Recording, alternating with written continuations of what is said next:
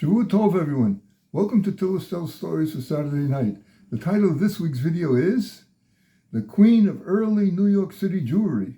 We translated and adapted it from the Israeli weekly Sikat HaShavua. She was a familiar figure in the alleyways of the Bati Hungarian neighborhood in Mea Sharim section of Jerusalem, a pious widow who lived alone for many years.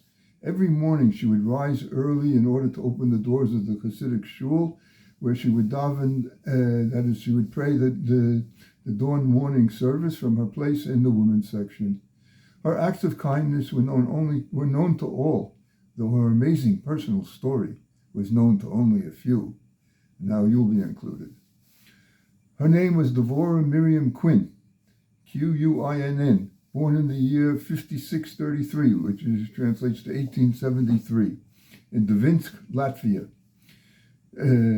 She was orphaned from her father as a young child, and her mother was left alone with her small children. The mother's brother-in-law, that is her late husband's brother, took them into his house and provided all their needs. Devorah Miriam was raised in an atmosphere of piety and positive habits. When she became of age, she wanted to marry a Torah scholar. Her uncle, though, wanted her to marry his son, so Devorah Miriam's dream stayed hidden. In 1893, at age 20, she married her cousin. The years went by. The couple maintained a religious household in Dvinsk, but their childlessness caused them great concern. After 10 years of marriage and disappointments, the family started thinking that maybe the couple should divorce. After all, when 10 years of childlessness have passed and there is no basis to believe the situation will change, does not Jewish law recommend divorce? After prolonged deliberations, the husband and wife decided to present their dilemma for consideration to the Rogatchover Gaon, who was the chief rabbi of Hasidic residents of Dvinsk, where they lived, and who was, and still is, considered to be one of the greatest, if not the greatest, Torah scholar of the 20th century, and perhaps even greater than some of the previous centuries too. Rabbi Yosef Rosen, known as the Rogatchover Gaon, was an unparalleled genius whose in-depth understanding of all Talmudic literature left the greatest of scholars awestruck. He has authored tens of thousands of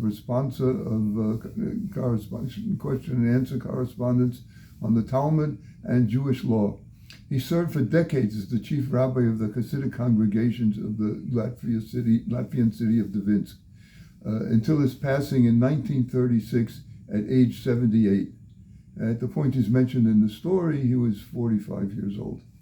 By the way, the chief rabbi of the non-Hasidim in Dvinsk was also a renowned Torah scholar, Rabbi Meir Simcha Cohen, the author of Or Sameach and Meshech Chochmah.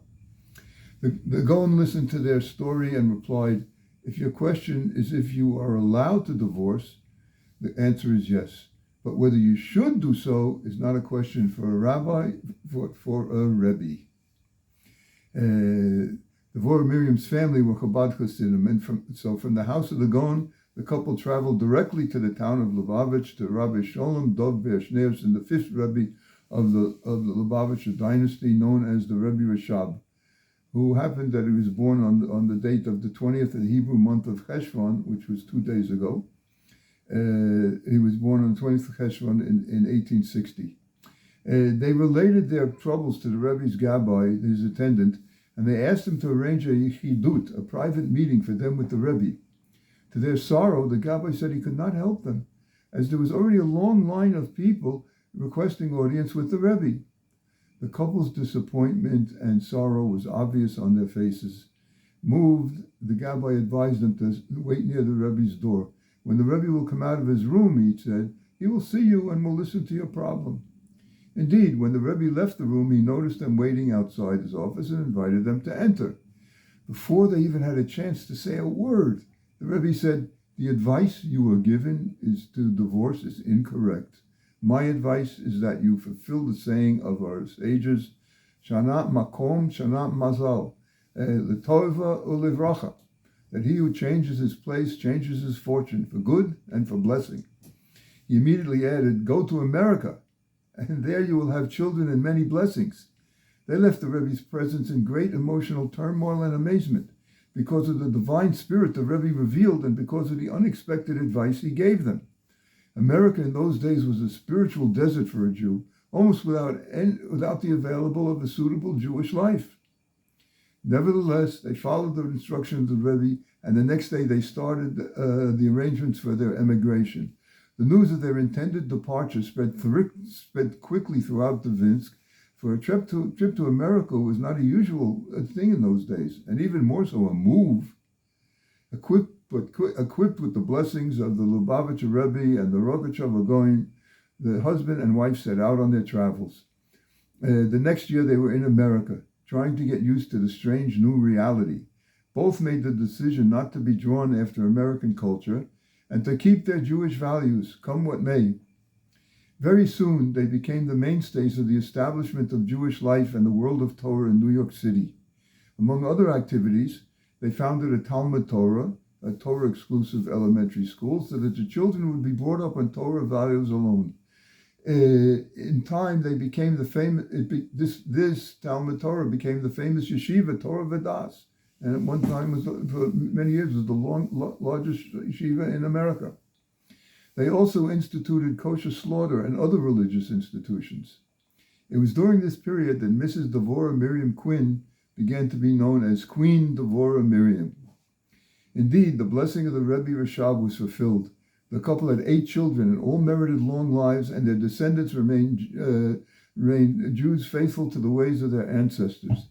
They lived in the Williamsburg section of Brooklyn and prayed in the Tzedek Shul there. When for various reasons the shul was sold, the money was transferred to the Chabad Shul in Jerusalem of the same name. A wonderful shul, highly recommended. In 1926, Devorah Miriam was widowed. She remained, that was at age 70. She remained in the U.S. until reaching the age of 80 in 1953. When she decided to move to Israel, her firm decision and strong character eased the difficulties of the change. She settled in Jerusalem, the holy city. There she merited great longevity, yet as the years and decades passed, she never ceased from prayer and acts of kindness.